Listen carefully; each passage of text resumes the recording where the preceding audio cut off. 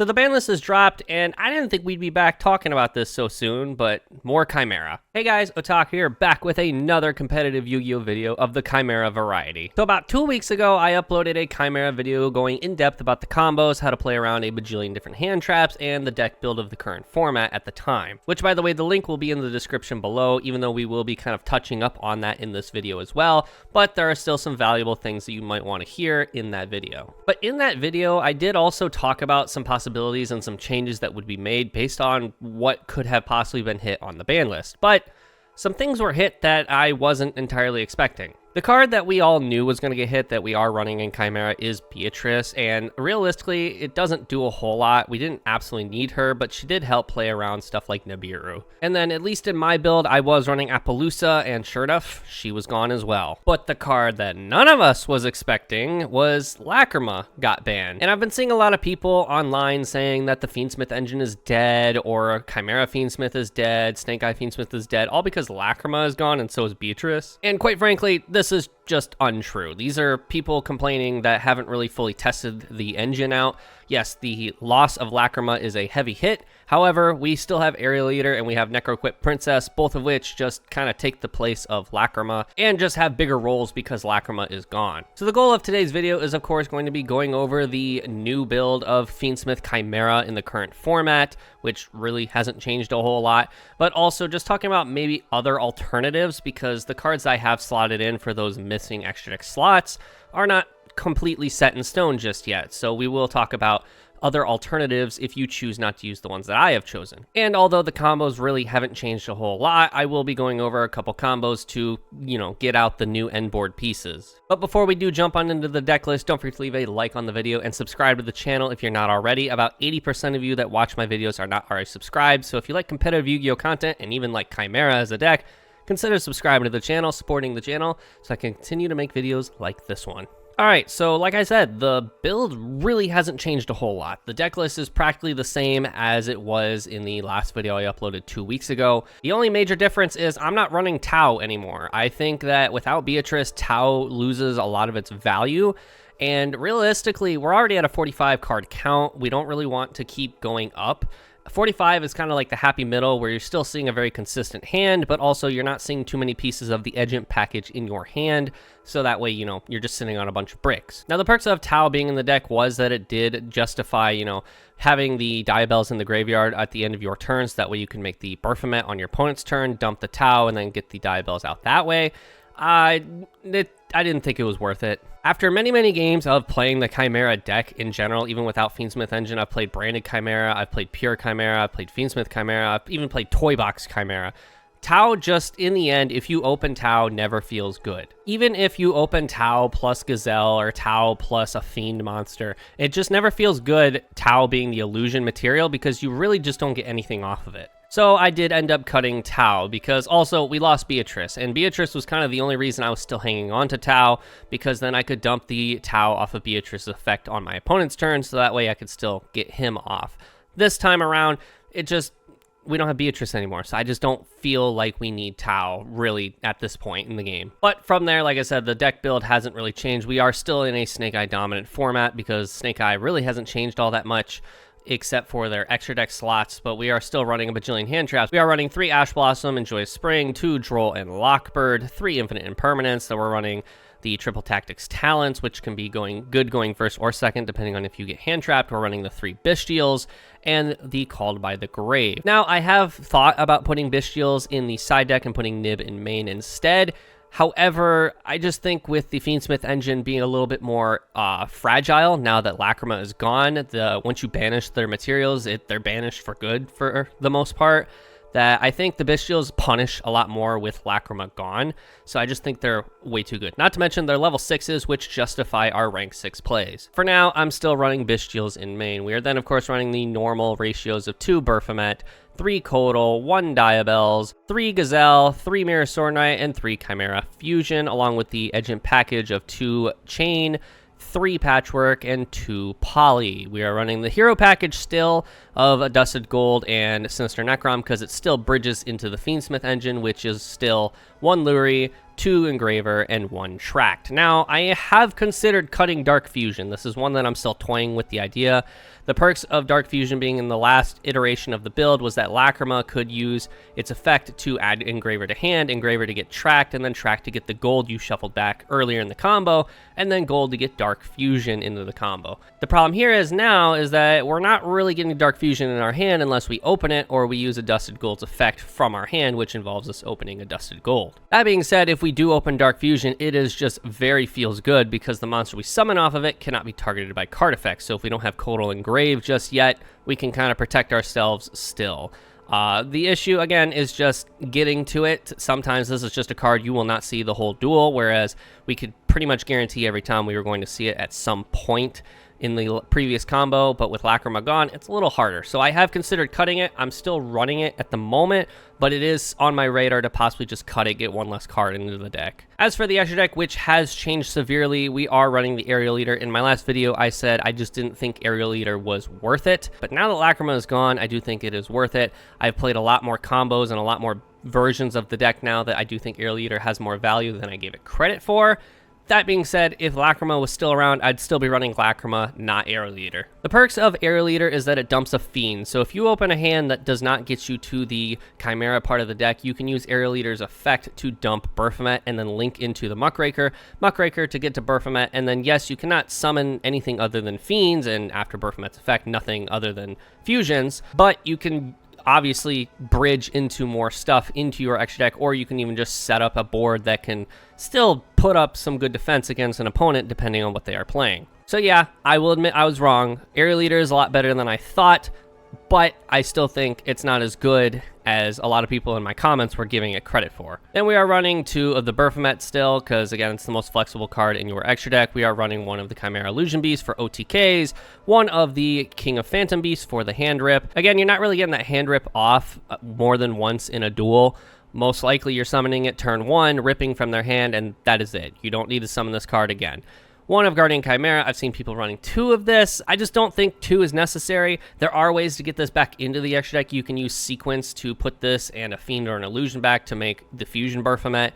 So that way you can still recycle the Guardian Chimera in the grind game, but it's just, I don't know. I don't think there's a necessary need for 2 of this. 1 copy of Magnum Reliever. It is a light Fiend, so if for some reason our opponent stops us at every turn from getting to the Fiendsmith engine, we can, at the very last resort, still use this. But also, this sometimes is one of our end board pieces with Sequence attached to it, so that way it can't be targeted and we can get a pop-off. 1 of the Necroquip Princess. I believe I was running this in my last build. I did end up cutting it for a short bit there to make room for something else, but Necroquip just now, without Lacrima being around, Necroquip is necessary. We are just kind of using Fiendsmith to turbo out the Caesar at this point, so that way we can actually do Chimera plays moving forward, but Necroquip is necessary for that. Necroquip also just makes it that Tract in of itself is a 1-card Fiendsmith combo, so that way if you open Tract, you can still make the Caesar right out the gate without normal summoning or summoning another monster in general. 1 of the Chaos Angel, 1 of Caesar, and then the card that we use to replace the Beatrice is Lars.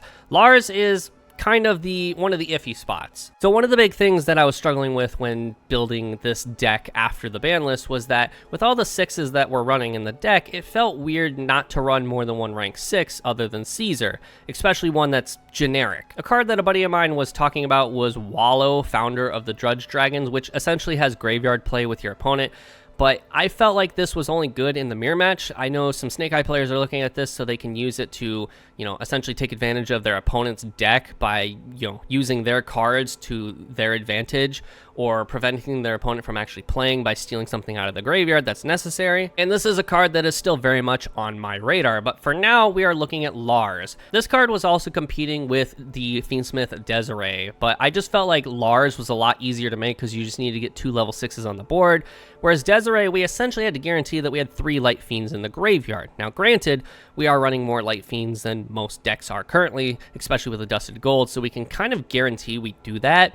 But I just felt like Lars was a lot better payoff and just a lot easier to make, because you could technically make Lars early in your combo to make sure that you don't get like impermed or some shit like that. But also Lars just kind of makes your end board a lot better because Lars plus like Diabells makes it so that way if you get baited by Diabells to pop like a card your opponent can't activate that they set, then they set like Lightning Storm and then they flip it, then you can use Lars to still protect yourself.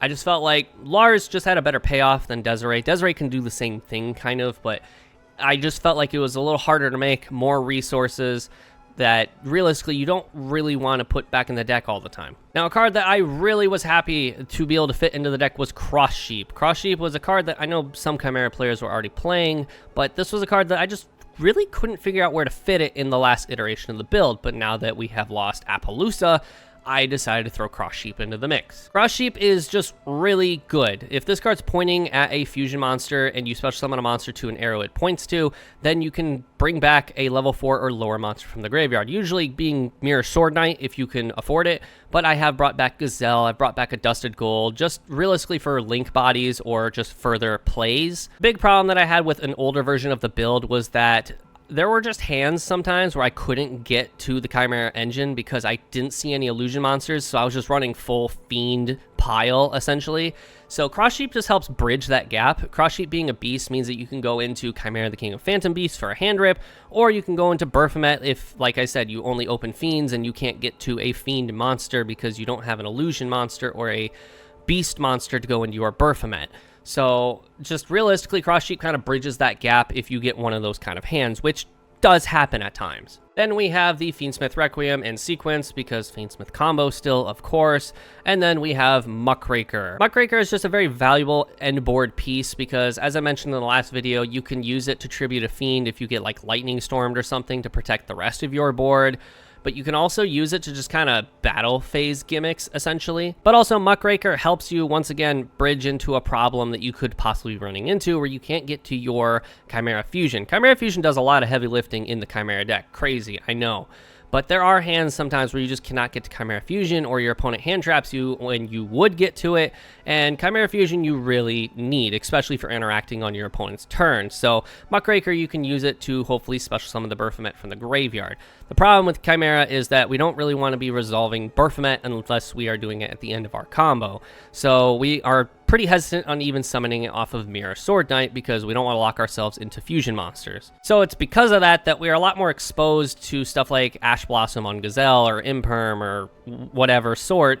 And with Beatrice gone, we can't even dump the Chimera Fusion into the graveyard. So Muckraker, once again, just helps bridge a gap where we can't get to the Chimera Fusion, so we make sure that we can dump like Baphomet off of Aerial Eater, and then we summon out the Muckraker by linking away the Sequence and the Aerial Eater to make Muckraker, discard a card, bring the Baphomet back, and Baphomet gets Gazelle and Chimera Fusion. Now, like I said, there are some alternative cards that you could be running in the extra deck. You don't have to do one for one, of course.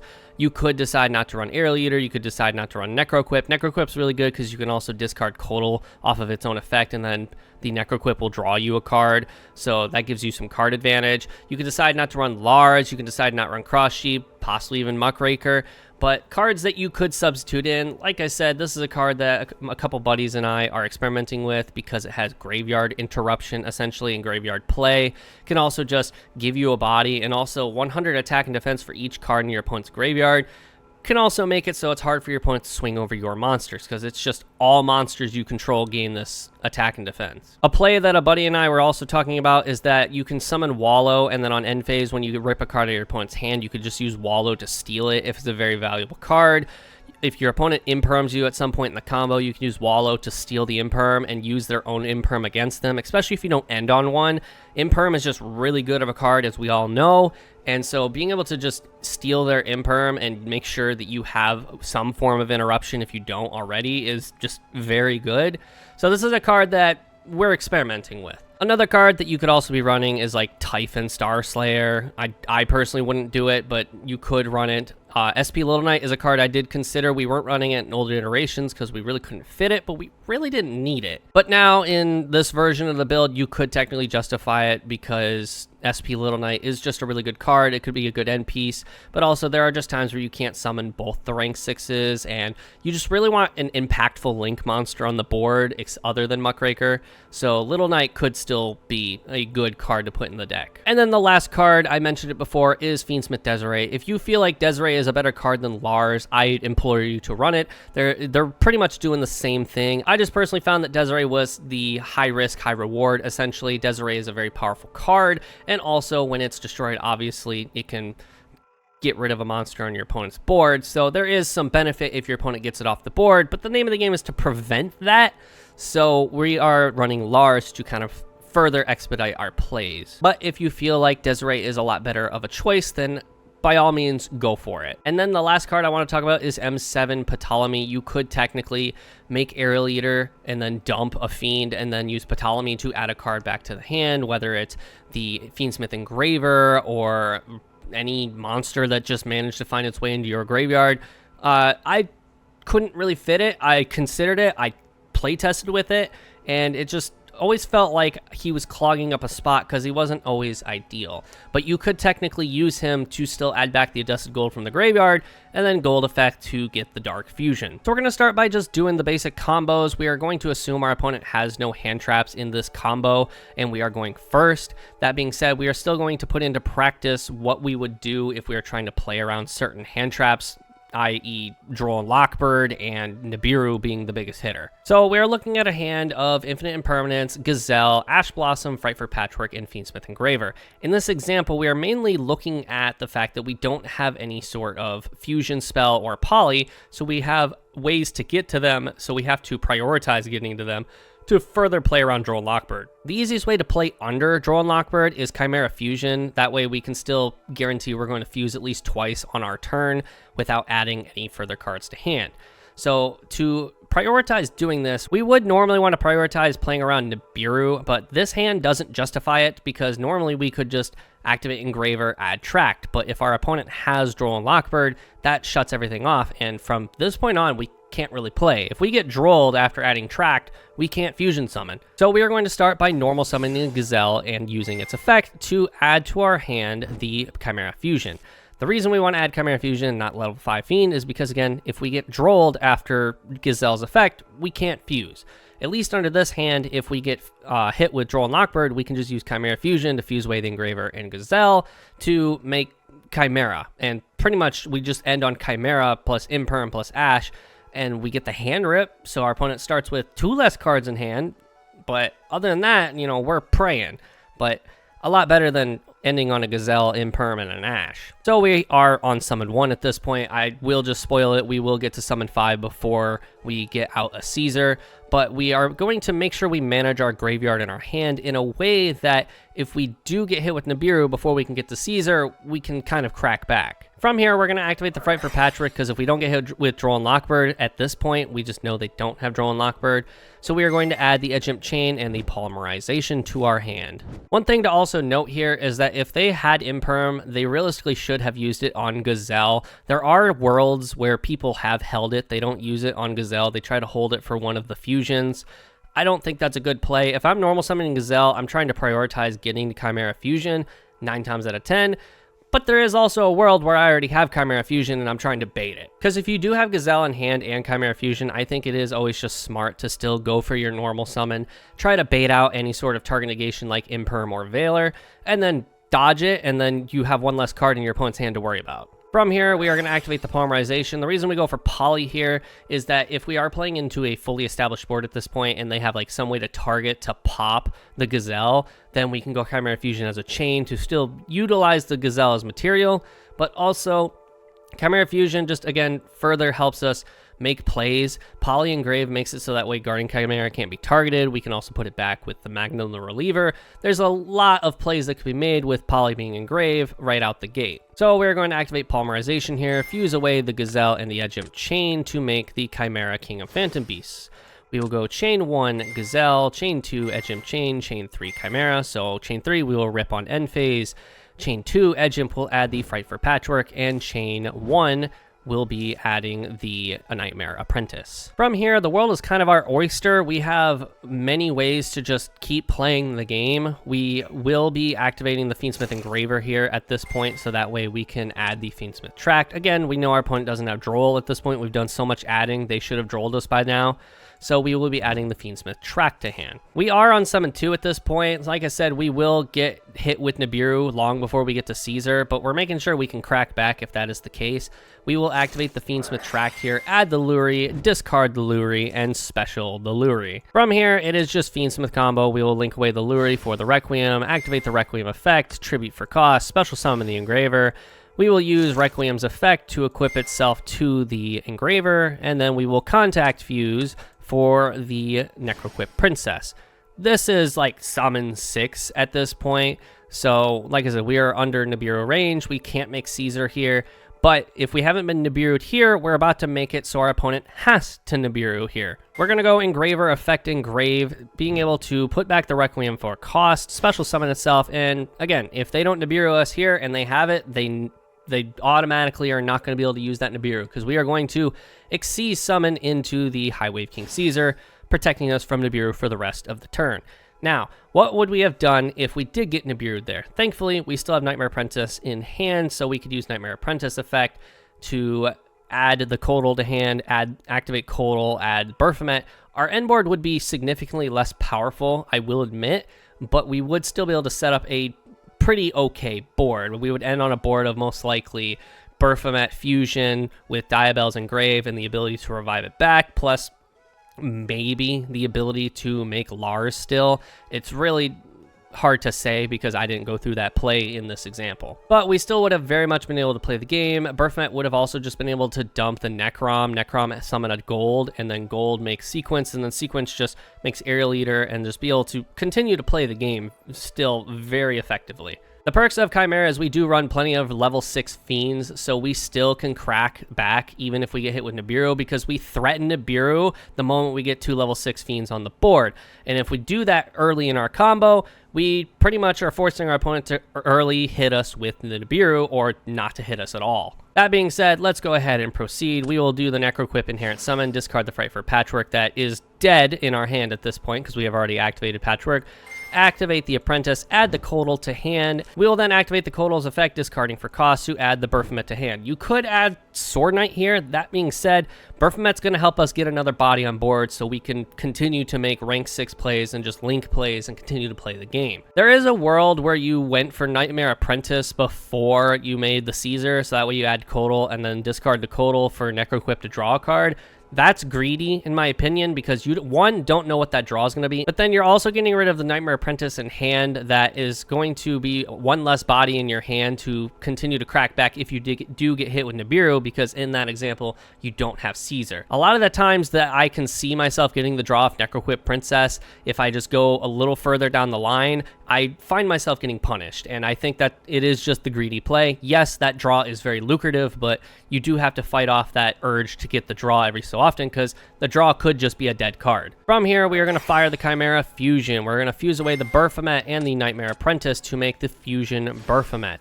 We will go chain 1 Baphomet Engrave, target the Nightmare Apprentice, chain 2 Baphomet on the field to dump a Beast Fiend or Illusion. Realistically, you actually want to swap these, because Baphomet Fusion can get hit with Ash, and in this example, it could get hit with target negation like Mourner, Veiler, or Imperm. Even though we have Codal Engrave, we can negate it. We'd rather not. But if we put Baphomet as chain 1 instead of the Graveyard Baphomet as chain 1, we force our opponent to have to target us, which means we are guaranteeing that we're going to resolve it, because the only thing that's going to stop the Baphomet Engrave is most likely a Bestial if our target is a light or a dark, or a Ghost Bell. Bestial is covered because we have Caesar on board, but we typically want the Fusion Baphomet to be chain 1 in this specific example, so I messed it up, but it's going to be the same result regardless. So we will be dumping the Sinister Necrom from the graveyard. You could dump Diabelle's here if you want to guarantee that you can summon Diabelle's on your opponent's draw phase. I decide to do it on my opponent's main phase because then we make our opponent commit to the board a little bit.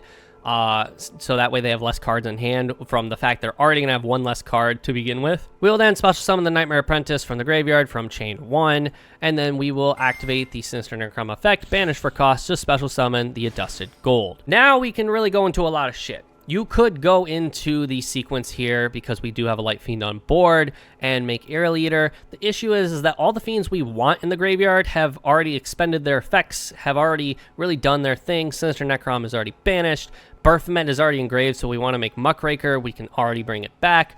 And we've already gone through Fiendsmith stuff. So we don't need a Fiend in the graveyard, and we already have plenty of level 6s on board to make a rank 6, so we're not even worried about that. We'll then go Chimera Fusion effect to add back to hand, so that way we can set it on the end of our turn, but we're actually going to use it for a different purpose here in a minute. All right, so from this point, we are going to actually link away the Adusted Gold and the Chimera to make the Muckraker.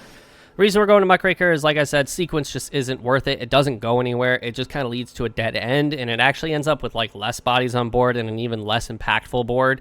So from here, we're going to activate the Muckraker, target the Baphomet, special summon the Baphomet, and then we are going to discard the Chimera Fusion. The reason we're discarding the Chimera Fusion is because we are going to activate the Baphomet effect to add Chimera Fusion and a Gazelle to hand. Would we like to end on 2 Chimera Fusions? Sure, but with the board we're ending on, it's not completely necessary, and I think keeping the Ash Blossom and the Infinite Impermanence was a lot more valuable. Because we're replacing the Chimera Fusion, it's perfectly fine to discard it. From here, we are going to just go ahead and set the Impermanence and the Chimera Fusion. You actually would set these last, technically, but I set them first. We're going to rank the Apprentice and the Baphomet into Lars. Now, real quick, you're all probably saying in the comments, you're locked into Fiends, you're locked into Fusions thanks to Muckraker and Baphomet. I realized this when doing the example, but it doesn't really matter because we had the Apprentice and this Baphomet on the board before Muckraker activated her effect and before Baphomet activated their effect. So we could have still ended on Lars here. We just had to make Lars before we went Muckraker's effect, because then Muckraker led to Baphomet affecting a double lock on us. So in this specific example, let's just pretend we made Lars before we summoned the Muckraker. So our end board is pretty strong. We have a Highway King Caesar that is not once per turn.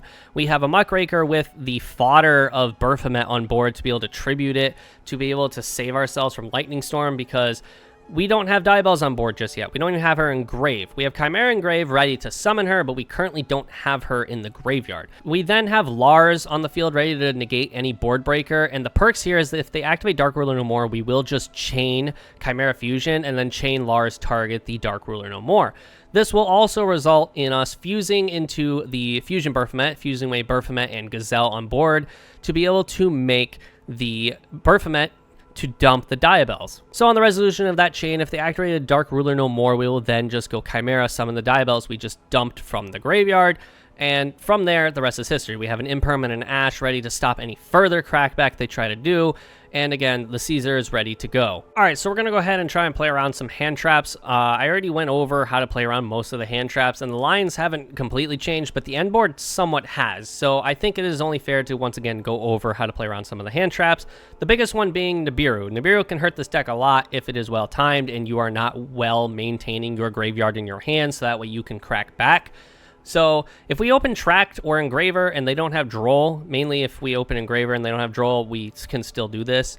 But if we open Tract or Engraver, we still can just turbo out Caesar. And like that's kind of the name of the game right now with the Fiendsmith engine, is try and turbo out the Caesar so Nibiru isn't a problem. And so that way you can continue to do your Chimera plays for the most part uninterrupted. So we're going to go ahead and start by activating the Fiendsmith Tract, add the Luri, discard the Luri, special the Luri, and then we are going to, of course, proceed to link it away for the Fiendsmith Requiem, and we are on summon 2, we're going to use Requiem's effect, tribute for cost, special summon the Engraver, and then we'll use Requiem's effect, equip itself to Engraver, contact fuse away for the Necroquip Princess, Engraver effect, summon from graveyard, and then we are going to just overlay into Caesar. This is summon 6. Caesar is summon 6, So if they want to hit us with Nibiru, they have to hit us at a very low value of just Necroquip and the Engraver and hope that the remaining 4 cards in our hand are dead. Thankfully here, they're not dead. From here, we just have full Chimera combo. We'll still be setting up a very powerful board and completely uninterrupted from Nibiru specifically. All right, so now the question is what do we do when we're playing around Nibiru and we don't have the Fiendsmith engine to turbo out Caesar before summon 5, or before summon 6, I guess, technically. So in this example, we are just going to have the same hand. Instead of Tracked, though, we are going to add Infinite Impermanence because it will not change the outcome of this hand. It is not a card that will heavily benefit our hand if we do get hit with Nibiru, so Infinite Impermanence is just kind of there. But in a real duel, this could be just any card. It could be a card that actually helps you play around Nibiru even better, but for this example, we don't have any Fiendsmith cards. So we are still going to try and play around Drone Lockbird, but we are going to try and bait out like an Imperm or a Veiler, so we're going to summon the Gazelle, activate its effect at a level 5 Fiend or Chimera Fusion, but in this example, if we don't get hit with any sort of interruption like Ash Blossom or Imperm or Veiler, we will be adding the Sinister Necrom. You could add Baphomet here, but we're trying to get to Fiendsmith as quick as possible, even though Caesar will not be coming out until like Summon 12 or something like that. But we want to make sure Necrom is engraved, turbo that shit out as quick as possible so we can kind of get off to the races. We are then going to just activate the Chimera Fusion, fuse away the Gazelle and the Necrom to make Chimera King of the Phantom Beasts. Chain 1 Gazelle, chain 2 Chimera, rip a card on end phase for chain 2, chain 1, add the Nightmare Apprentice. We are then just going to activate the effect of Necrom, summon out the Adusted Gold, and then we will link away the Adusted Gold for the Fiendsmith Requiem. You've seen the line before, Requiem effect, tribute for cost, special summon the Engraver from the deck. We will then discard the Edgemp Chain for cost to special summon the Inherent Summon of Nightmare Apprentice. We could just go Fiendsmith combo here, but we are trying to actually warp our hand because we will get to a scenario where if we go Fiendsmith combo first here, go for like Necroquip and all that, the Nibiru is like a lot more impactful than it looks. So we're trying to warp our hand in a way that if we do get hit with Nibiru, we can plus off of it almost. We also just don't want to use Engraver's Graveyard effect because then that leaves us a lot more exposed than we would like to be. So we're going to actually go for a different route here to kind of play a game of chicken with Nibiru. See how long our opponent holds it, and then we punish them for holding it. So we will go chain 1 Edgemp Chain, chain 2 Nightmare Apprentice. We don't particularly need the Apprentice to resolve here. We want to get the poly from Patchwork as much as possible. So we will be making sure they can't Ash the Edgemp Chain. So we will be adding off chain 2 Codal, and we will be adding Patchwork off chain 2. From here, we will actually go Requiem to equip itself to the Engraver, Contact Fuse for Necroquip Princess, and if they still haven't nibbed us here, we will go chain 1 for the Codal, add the Big Winged Baphomet, and we will then, because we activated Codal, discarded it for cost, we can use Necroquip's Princess's effect to draw a card. We'll draw Drone Lockbird, but this could be literally any card. We will then activate Chimera Fusion now to add it back to our hand. I have recently learned, because I don't know how to read cards, that Chimera Fusion can add back to hand even if Chimera is engraved, so there's no threat of Nibiru removing Chimera from the board because we can still add it back regardless. So we'll add it back to hand so that way we have it for later in the combo, and we will now activate Patchwork, get the Edgemp Chain, and the Polymerization. If we for some reason still haven't been hit with Nibiru here, despite the insurmountable moments that they could have done it, we will now be using Polymerization, fusing away the Chimera and the Nightmare Apprentice to make the Baphomet fusion from the extra deck. We will then go Baphomet's effect, dump the Diabell, so that way we have the draw phase plays on our opponent's turn. And wouldn't you know it, we have 2 level 6 Fiends on the board, so we will rank up into Caesar. That is the exact moment they wanted to hit us with Nibiru, so that way they could hopefully plus off of it. But we were trying to maneuver our hand in a scenario that if they Nibiru'd us, it didn't matter. And sure enough, it did not matter because we have Engraver in grave with the ability to summon himself back, get the sequence or other cards into the graveyard, and we have our hand in a way that we can actually still play the game. We have 2 same attribute Fiends in our hand, which makes Aerial Eater, which can further make more plays. We'll end on like a Lars or even still get to the Caesar in some way, shape, or form. Opponent's draw phase, we can still summon the Diabells to the board.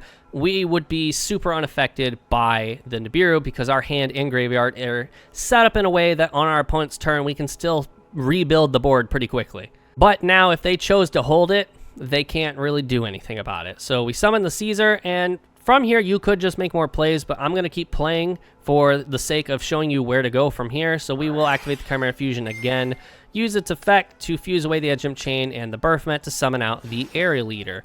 We will go chain 1 Aerial Eater, chain 2 Baphomet. Like I said, Aerial Eater is able to get ashed, so we don't really want it getting hit with any sort of interaction, and if they want to hit it with interaction, they will have to hit it with Imperm or Veiler or Mourner. But at this point, they should have already used those hand traps if they had them. We will bring back the Nightmare Apprentice just for the level 6 body if we wanted to go into Lars here. We don't go into Lars here, but you could technically do it. And then we will be dumping just any Fiend. We dump Engraver to the grave. It does not matter. We will then go into Muckraker, Link 2, linking away the Aerial Eater and the Nightmare Apprentice.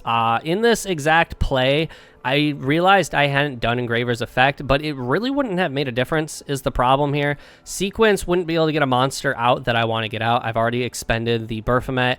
I have already expended the Aerial Eater. There's just no real plus off of Sequence. And also bringing back the Engraver just really wouldn't have done anything. Like, yeah, it gives me an extra body, but I only play Link 2s, and I could not have made it so that way I end on Muckraker plus Lars or something along those lines. So I decided just to link into the Muckraker, kind of take the loss that I'm not activating Engraver's effect. But Engraver and Engrave threatened Nibiru for the whole time. So it wasn't a total loss that I didn't use it here, but we will then just go Muckraker effect, discard one of the Imperms in our hand, special summon the Baphomet effect, add the Gazelle and the Chimera Fusion. And that's pretty much the end board. Like, this doesn't seem like a lot, but of course we set the Imperm and the Chimera Fusion. But in this exact example, we are ending on Droll and Lockbird. We have an Imperm for more interruption. We have Chimera Fusion to be able to summon out one of our Chimeras. We have the Chimera Fusion summon out Guardian Chimera. We have Muckraker to protect ourselves from board breakers, tributing away the Big Wing Baphomet. We have just a lot of stuff. Not to mention, we will be summoning Diabells on our opponent's draw phase, so that way they can't just activate spells willy-nilly. It's not the most ideal end board, but it is still a very strong and powerful end board. And like I said, we played chicken with our opponent for a very long time, seeing if they would activate Nibiru, and I think that's just kind of what you have to do with Chimera. You have to make sure that your graveyard in your hand is set up to recover from an early Nibiru, but also kind of just force out Nibiru as quick as possible, so that way you can recover from it when it does hit the board. But play chicken. Just be like, all right, I dare you to activate Nibiru. Go for it. But that is all I have for you guys today. Like I said, if you want to see more combos and like how to play around more hand traps like Imperm, Veiler, and Ash Blossom, I will of course leave the link to the last video in the description below. The ability to play around those doesn't change much with the new ban list. It's really the list changed and the end boards changed. But I wanted to really show how to play around Nibiru, because Nibiru hurts a lot more now that Lacrima is gone, so we cannot turbo out Caesar as quick as possible. And like I said, this is still a work in progress. I wanted to give you guys some more alternatives on some extra deck monsters to play. Like I said, Desiree is still a very good card. Little Knight is a good card. There are plenty of good cards you could still be playing. Wallow is a card that we are all thinking about. So I just wanted to really bring to your guys' attention some of the optional alternatives to the deck that are not just Aerial Eater, Lars, Cross Sheep, etc., etc. But also be sure to leave a like on the video, subscribe if you're not already, continue to support the channel so I can make videos like this one. But also, to help the algorithm, be sure to comment below maybe what you're playing in your extra deck to replace the Beatrice, the Appaloosa, and the Lacrima. But other than that, I will see you all in the next video. See ya!